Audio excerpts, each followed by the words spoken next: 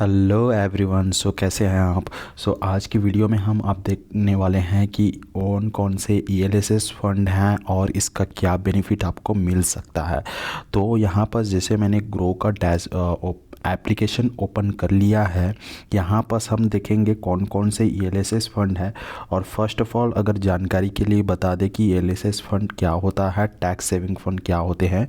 ये under 80C section के तहत क्या होता है कि अगर आप इनकम टैक्स पे करते हैं, अगर आप एम्प्लॉय हैं या फिर किसी भी टाइप से अगर आप इनकम टैक्स पे करते हैं, तो अगर आपका इनकम टैक्स आपको सेव करना है तो ईएलएसएस फंड म्यूचुअल फंड में आप इन्वेस्ट करके 1,50,000 तक का इसका डिडक्शन क्लेम कर सकते हैं।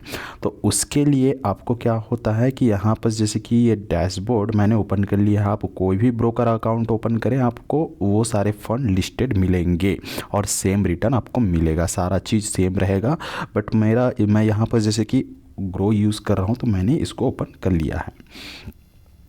ग्रो एप्लीकेशन में यहाँ पर आपको काफ़ी सारे कलेक्शंस के ऑप्शन मिलते हैं, जिसमें से आपको जो है टैक्स सेविंग का ऑप्शन मिलता है। इस पर आपको जो है क्लिक करना है और यहाँ पर सारे टैक्स सेविंग जो फंड हैं वो सारे लिस्ट हो जाते हैं।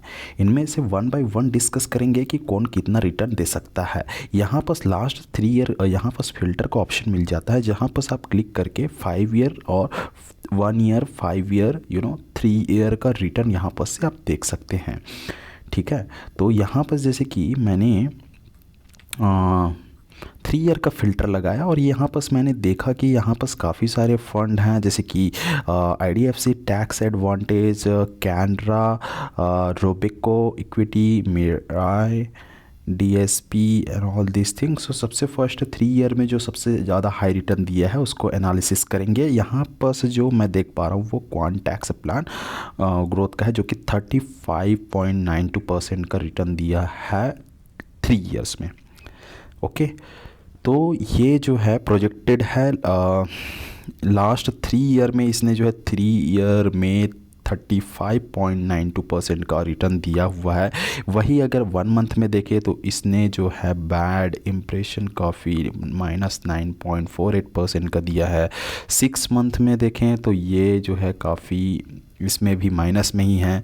1 ईयर में भी -11% का रिटर्न इसने दिया है। 3 ईयर में सबसे हाई रिटर्न इसमें देखने को मिल रहा है और 5 ईयर में 21.38% का रिटर्न देखने को मिल रहा है। इसकी रेटिंग भी 5 है, काफ़ी बेहतरीन लग रही है। यहाँ पर आपको जो है रिटर्न कैलकुलेटर मिल जाता है और इसके थ्रू आप जो है कैलकुलेट कर सकते हैं। अगर आप मंथली एसआईपी करते हैं 5,000 पर मंथ का, तो आफ्टर 1 ईयर आपको क्या मिलेगा? यहाँ पर आपको आफ्टर 1 ईयर यहाँ पर कुछ माइनस मिलेगी। ये इसलिए दिखा रहा है क्योंकि इस पर जो लास्ट ईयर के जो कैलकुलेशन के बेसिस पे ही यहाँ पर कैलकुलेट करके दिखा रहा है। अगर इसी को मैं क्लिक कर दूँ 3 ईयर, सो देख सकते हैं कि आपका आफ्टर 3 ईयर आपका टोटल इन्वेस्टमेंट हो जाएगा 1,80,000 और वही इसमें आपको 50% का रिटर्न मिलेगा, 50.87% का। तो टोटल आपका ये हो जाएगा 2,71,582 रुपीज़ यहाँ पर आपको रिटर्न मिल रहा है। वही 5 ईयर में देखें 95.9% का यहाँ पर रिटर्न देखने को मिल रहा है, जिसमें आपका टोटल इन्वेस्टमेंट 3 लाख का हो जाएगा और यहाँ पर आपका जो टोटल रिटर्न इंक्लूड करके आपको जो टोटल जो अमाउंट मिलेगा वो 5,87,000 यहाँ पर अराउंड कुछ मिल जाएगा। सेम अगर 1 टाइम इन्वेस्टमेंट का अगर बात करें, फॉर एग्जांपल कि आपने जो है 20,000 को इन्वेस्ट किया, 20,000, ओके, लेट सपोज 50,000 इसको कर देते हैं। 50,000 आपने जो है 1 टाइम इन्वेस्टमेंट कर दिया। ओके,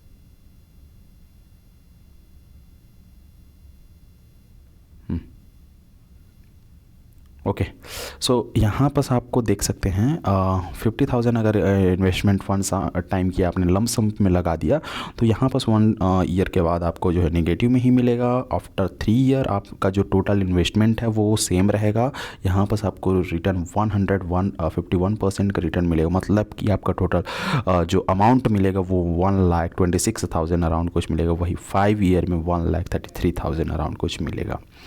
वही कैलकुलेट करने के बाद आप यहाँ पर एनालिसिस कर सकते हैं कि कौन कौन से होल्डिंग है। तो यहाँ पर 51 टॉप जो कंपनीज़ हैं उनको जो है लिस्ट किया गया है। इन सारे कंपनीज़ में आपके जो फंड है वो डिस्ट्रीब्यूट हो जाते हैं। और यहाँ पर आप एसेट को देख सकते हैं राइट साइड में, ये जो परसेंटेज शो हो रहा है पर 8.55%, ये सारे डिफरेंट, ये उतना आपका जो है इन्वेस्टमेंट होगा। फॉर एग्जाम्पल आपने जो है 100 रुपीज़ आपने इन्वेस्ट किया, 100 रुपीज़ इस में SIP किया, या फिर आपने जो है लमसम लगा दिया। आपने जो टोटल अमाउंट आपका इन्वेस्टमेंट 100 रुपीज़ है, 8.55% का स्टेट बैंक हो जाएगा, मतलब कि 8 रुपीज़ 55 पैसा ये जो है स्टेट बैंक हो जाएगा। सेम ये इस तरह से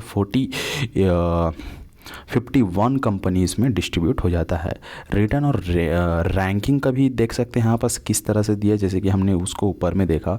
सिमिलर फंड अगर आप चेक करना चाहें कि इस तरह का और कौन कौन सा फंड है, तो आप नीचे में यहाँ पर सिमिलर फंड में देख सकते हैं।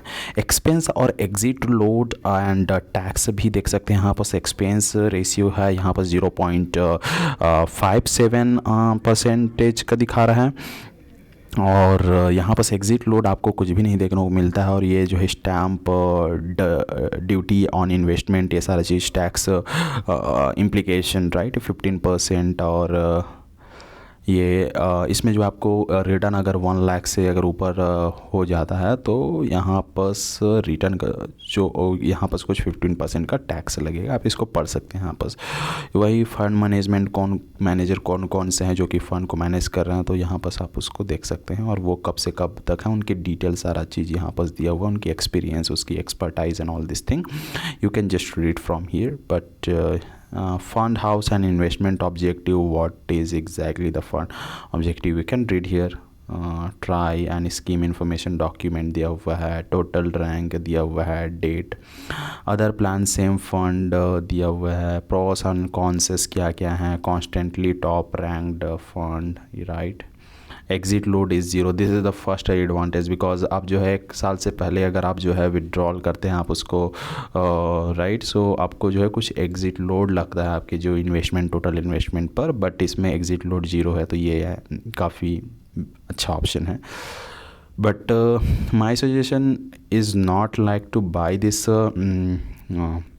Invest in this fund. आप कोई भी फंड अपने अकॉर्डिंग एनालिसिस करके आप चूज़ कर सकते हैं। IDFC जो है काफ़ी कांस्टेंट रिज़ल्ट देता है। यहाँ पर आप देख सकते हैं 3.93% का 1 ईयर में 0.25 पॉजिटिव ही है। यहाँ पर 3 ईयर में 22.53%, 5 ईयर में 12 रिस्क है, हाई रिस्क है, हाई रिटर्न भी है एज़ कम्पेयर टू डेप्ट फंड एंड आपके जो सेविंग FDs वगैरह करते हैं। बट ये इसका एडवांटेज ये है कि उनके लिए है स्पेशली जो इनकम टैक्स पे करते हैं, सो और ओल्ड रिजीम ऑप्ट किए हुए हैं, तो वो यहाँ पर से इन्वेस्टमेंट करके जो है 1,50,000 तक का टैक्स सेव कर सकते हैं। तो आप यहाँ से चूज़ कर सकते हैं।